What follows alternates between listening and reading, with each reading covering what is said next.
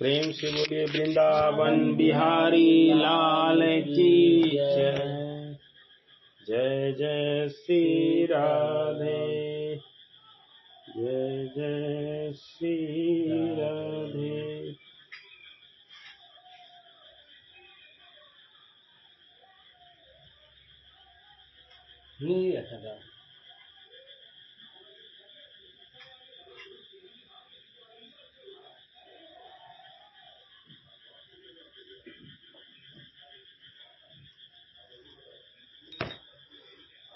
अच्छा 9वां अध्याय।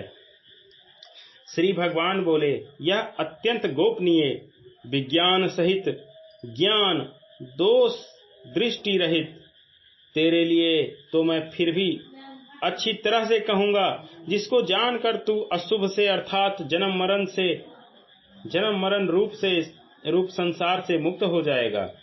कर्म योग निष्काम भाव गुहा है, ज्ञान योग आत्मज्ञान गुहतर और भक्ति योग परमात्मा ज्ञान गुणात्म है। अपने स्वरूप को जानना ज्ञान है और समग्र भगवान को जानना विज्ञान है। समग्र सरगुण ही हो सकता है, क्योंकि निर्गुण के अंतर्गत तो सगुण आ ही नहीं सकता, पर सगुण के अंतर्गत निर्गुण भी आ सकता है। 7वें अध्याय से भगवान विज्ञान सहित ज्ञान का वर्णन कर रहे हैं, पर बीच में अर्जुन के द्वारा 7 प्रश्न कर दिए जाने से भगवान 8वें अध्याय में उसका विस्तार से उत्तर दिया है। अब भगवान अपनी ओर से पुनः उस विज्ञान सहित ज्ञान का वर्णन आरंभ करते हैं। यह विज्ञान सहित ज्ञान अर्थात समग्र रूप संपूर्ण विद्याओं का राजा और संपूर्ण गोपनीयों का राजा है। यह अति पवित्र तथा अति श्रेष्ठ है और इसका फल भी प्रत्यक्ष है। यह धर्ममय है, अविनाशी है और करने में बहुत सुगम है, अर्थात इसको प्राप्त करना बहुत सुगम है। यह विज्ञान सहित ज्ञान करने में बहुत सुगम है, क्योंकि सब कुछ परमात्मा ही है। इसे स्वीकार मात्र करना, इसमें कोई परिश्रम अथवा अभ्यास नहीं है। हे परम तप, इस धर्म की महिमा पर श्रद्धा न रखने वाले मनुष्य मुझे प्राप्त न होकर मृत्यु रूप संसार के मार्ग में लौटते रहते हैं, अर्थात बार बार जन्मते मरते रहते हैं। पूर्व श्लोक में कथा विज्ञान सहित ज्ञान की महिमा पर श्रद्धा न रखने वाले मनुष्य इससे लाभ नहीं उठाते।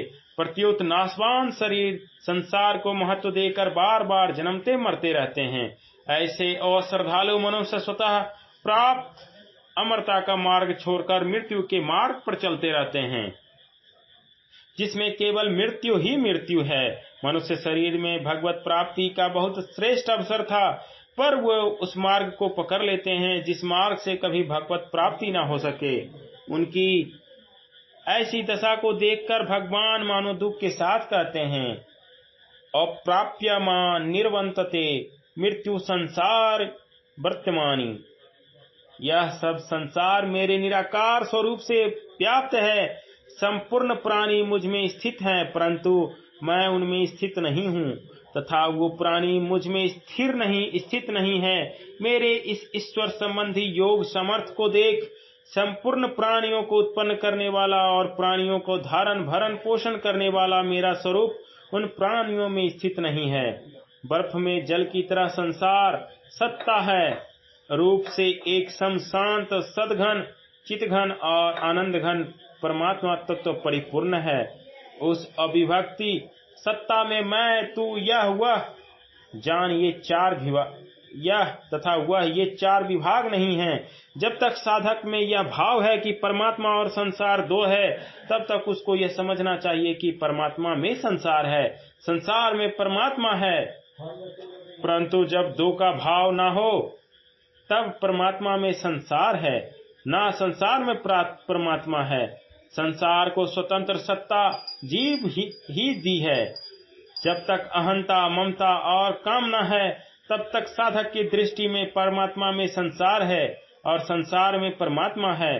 परंतु अहंता, ममता और कामना मिटने पर सिद्ध की दृष्टि में ना परमात्मा में संसार है, न संसार में परमात्मा, अर्थात परमात्मा ही परमात्मा है। वासुदेवः सर्वम्।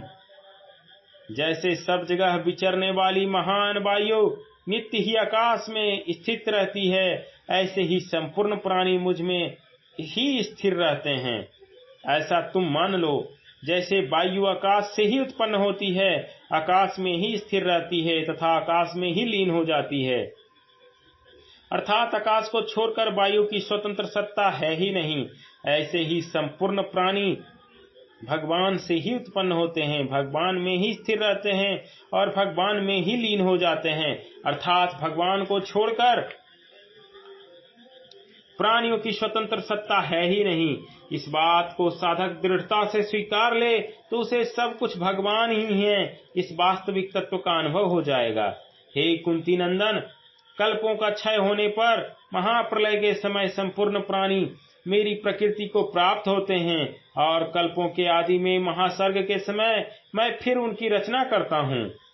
पूर्व श्लोक में वर्णित स्थिति न होने पर मनुष्य की क्या दशा होती है, इसे भगवान ने इस श्लोक में बताते हैं। महाप्रलय के समय प्रकृति के परवश हुए प्राणी लीन हुए उन प्राणियों के कर्म जब परिपक्व होकर फल देने के लिए उन्मुख हो जाते हैं, तब भगवान में बहुश्याम प्रजाये में अनेक रूपों में प्रकट हो जाऊं, ऐसा संकल्प हो जाता है और महासर्ग का आरंभ हो जाता है। महासर्ग के आदि में भगवान उन प्राणियों के परिपक्व कर्मों का फल देकर उन्हें शुद्ध करने के लिए उनके शरीरों की रचना करते हैं। प्रकृति के बस में होने से परतंत्र हुए इस संपूर्ण प्राणी समुदाय की कल्पों के आदि में मैं अपनी प्रकृति को बस में करके बार बार रचना करता हूँ। प्रकृति परमात्मा की एक अनिर्वचनीय अलौकिक विलक्षण शक्ति है। ऐसी अपनी प्रकृति को स्वीकार करके ही भगवान सृष्टि की रचना करते हैं, कारण कि सृष्टि में जो परिवर्तन, उत्पत्ति, विनाश आदि अंत होता है वह सब प्रकृति में ही होता है, भगवान में नहीं। इसलिए भगवान क्रियाशील प्रकृति को लेकर ही सृष्टि की रचना करते हैं। इसमें भगवान की कोई असमर्थता, पराधीनता, कमजोरी आदि नहीं है। भगवान का प्रकृति पर अधिपत्य होने पर भी उसमें लिप्तता, कर्तृत्व आदि नहीं होते। भगवान उन्हीं प्राणियों की रचना करते हैं जो प्रकृति के परवश हैं, अर्थात जिन्होंने प्रकृति के साथ अपना संबंध जोड़ रखा है।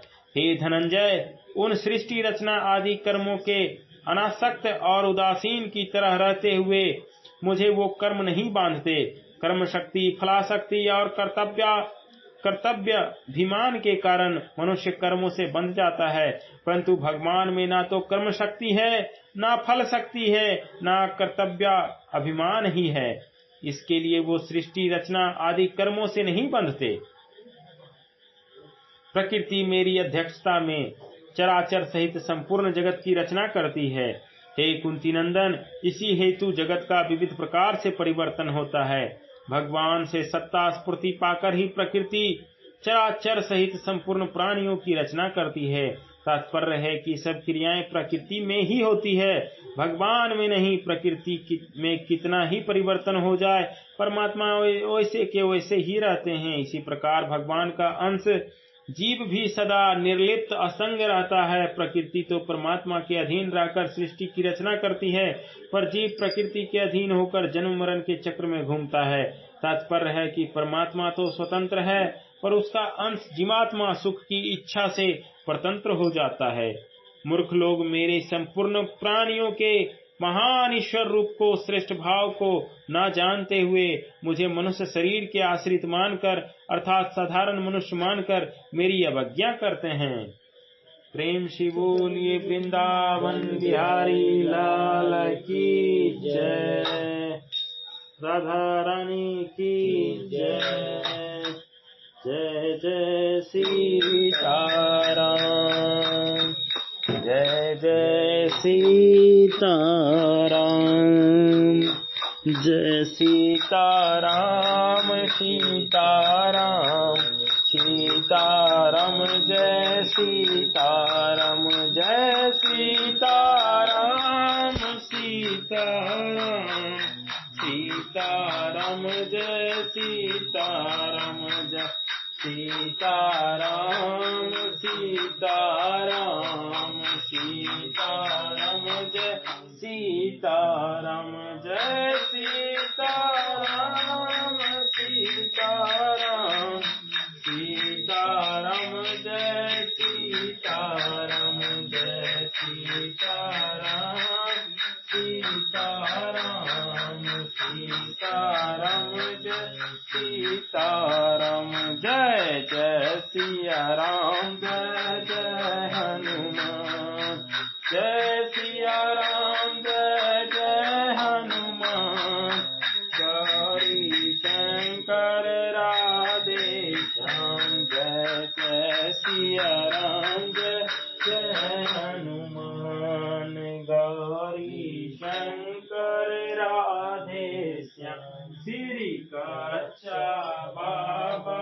सीताराम श्री ब्रह्महंस जी बाबा सीताराम श्री दरबारी बाबा सीताराम श्री राजकुमार जी बाबा सीताराम श्री सर्वजीत जी बाबा सीताराम श्री विद्यार्थी बाबू सीताराम श्री विंदेश श्री बाबू सीताराम श्री राजकुमार जी बाबा सीताराम जय जय सिया राम जय जय हनुमान गौरी शंकर राधे श्याम।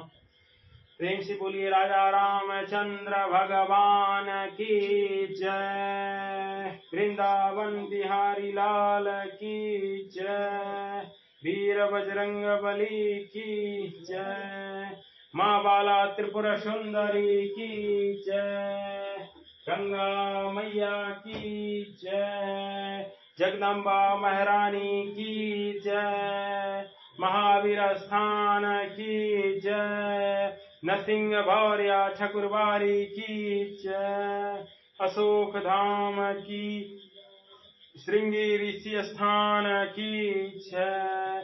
पहाड़ी बाबा की जय। जय जय सीताराम। हर हर महादेव शंभु काशी विश्वनाथ गंगे बाबा बैद्यनाथ की जय। रहे न संकट रहे न भय सदा रहो निर्भय निर्भय निर्भय। जय जय सीताराम।